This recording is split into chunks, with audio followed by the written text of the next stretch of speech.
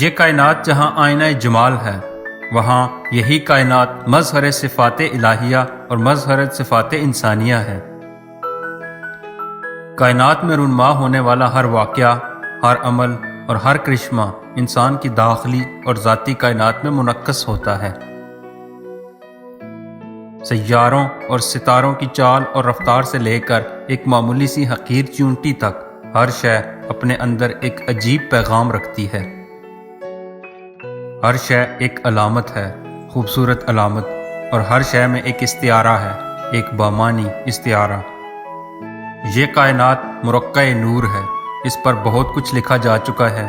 کہکشاؤں کے عظیم اور وسیع سلسلے، شمس و قمر کے جلوے، چمکنے والے ستاروں کی یہ حسین کائنات اتنی منور ہے کہ یہ سمجھنا مشکل نہیں کہ اس کو تخلیق کرنے والا خود زمین و آسمان کا نور ہے۔ اتنی روشن کائنات ایک روشن دلیل ہے اپنے نورانی خالق کی۔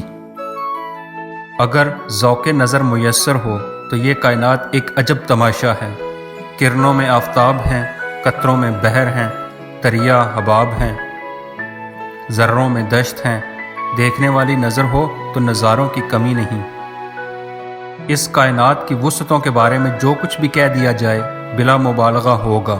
ہم ایک سورج سے وابستہ ہیں اور اس کائنات میں ایسے کروڑوں سورج موجود ہیں۔ ایسے سیارے اور ستارے دریافت ہو چکے ہیں جن کا زمین سے فاصلہ ہزاروں لاکھوں سال نور ہے، یعنی 1,86,000 میل فی سیکنڈ کی رفتار سے چلنے والی روشنی ایک ستارے سے زمین پر آنے میں لاکھوں سال لیتی ہے۔ اللہ اللہ، یہ وسعت انسان سوچ کر ہی سہم جاتا ہے۔ اس وسیع کائنات میں زمین کی کیا حیثیت، اور زمین میں ایک ملک کی کیا اہمیت، اور ملک میں ایک شہر، اور شہر میں ایک مکان، اور مکان میں ایک انسان کی کیا اہمیت، اور پھر اس انسان میں ایک چھوٹا سا دماغ کیا جسارت کرے گا اس وسیع کائنات کے عظیم خالق کے بارے میں لب کشائی کرنے کی۔ مقام تحیر و مقام سکوت ہے۔ اسی کائنات میں ایسے علاقے ہیں جہاں اتنی سردی ہے کہ بس انسان ذکر کرے تو خیال منجمد ہو جائے، اور کہیں اتنی حدت کہ سورج بھی پناہ مانگے۔ یہ کائنات عجب ہے، تخلیق اپنے خالق کی مظہر ہے۔ جس خالق نے اس کائنات کو تخلیق کا حیران کن مظہر بنایا، اس خالق نے انسان کو بڑے دعوے اور وثوق سے اشرف المخلوقات پیدا فرمایا۔ یہ ایک عظیم احسان ہے، عظیم محسن کا۔ انسان کو بینائی عطا فرمانے والا اپنے بے مثال حسن کے پرتو میں اس کائنات کی ہمہ رنگ نیرنگیوں اور رنگینیوں میں جلوہ گر ہے۔ انسان کی پہچان کے لیے کائنات کو آسمان اور زمین کے حوالے سے ظاہر فرمایا گیا۔ انسان اپنی ہستی کا سفر زمین پر ہی شروع کرتا ہے اور یہ سفر یہیں تمام ہوتا ہے۔ انسان کے گرد پھیلی ہوئی زندگی اس کے علم کے وسیع ابواب ہیں۔ اسے علم الاسماء عطا فرمایا گیا، اور وہ اسماء سے اشیاء کو پہچانتا ہے اور پھر اشیاء سے مفاہیم تلاش کرتا ہے، اور اسے ہر طرف پھیلے ہوئے سلسلے اپنی صلاحیتوں اور صفات کے استعارے نظر آتے ہیں۔ انسان کی کائنات حسین و جمیل علامتوں کی کائنات ہے۔ یہی وہ راز ہے جو انسان کو جاننے والا بناتا ہے۔ انسان ظاہر سے باطن اور باطن سے ظاہر کا سفر کرنے کے لیے پیدا کیا گیا۔ وہ وجوہ سے نتائج اور نتائج سے وجوہ تلاش کرتا ہے۔ وہ ہر شے کے اندر پنہاں اس جوہر کو ڈھونڈتا ہے جو اس شے کی پہچان ہے، اس شے کا راز ہے، اور یہ راز اور یہ جوہر اور یہ صفت انسان کی اپنی کسی صفت کا مظہر ہوتی ہے۔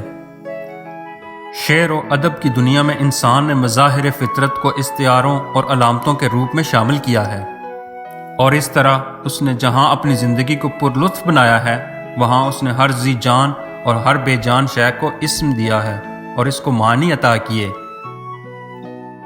پہاڑوں کو انسان نے اپنے عزم کا مظہر کیا، نہ بدلنے والا اٹل ارادہ، پہاڑ کی طرح اپنی جگہ سے نہ ہلنے والا۔ اللہ تعالیٰ نے بھی ارشاد فرمایا ہے کہ پھر تمہارے دل سخت ہو گئے جیسے وہ پتھر ہوں، حالانکہ میں نے پتھروں سے بھی نہریں جاری کی ہیں۔ گویا پتھر سے دریا کا نکلنا ایسے ہے جیسے سخت دل انسان کا دل بھر آنا یا آنکھ سے آنسو کا بہنا۔ دریا کو زندگی کا دریا کہا گیا جو موت کے سمندر میں ڈوبتا ہے۔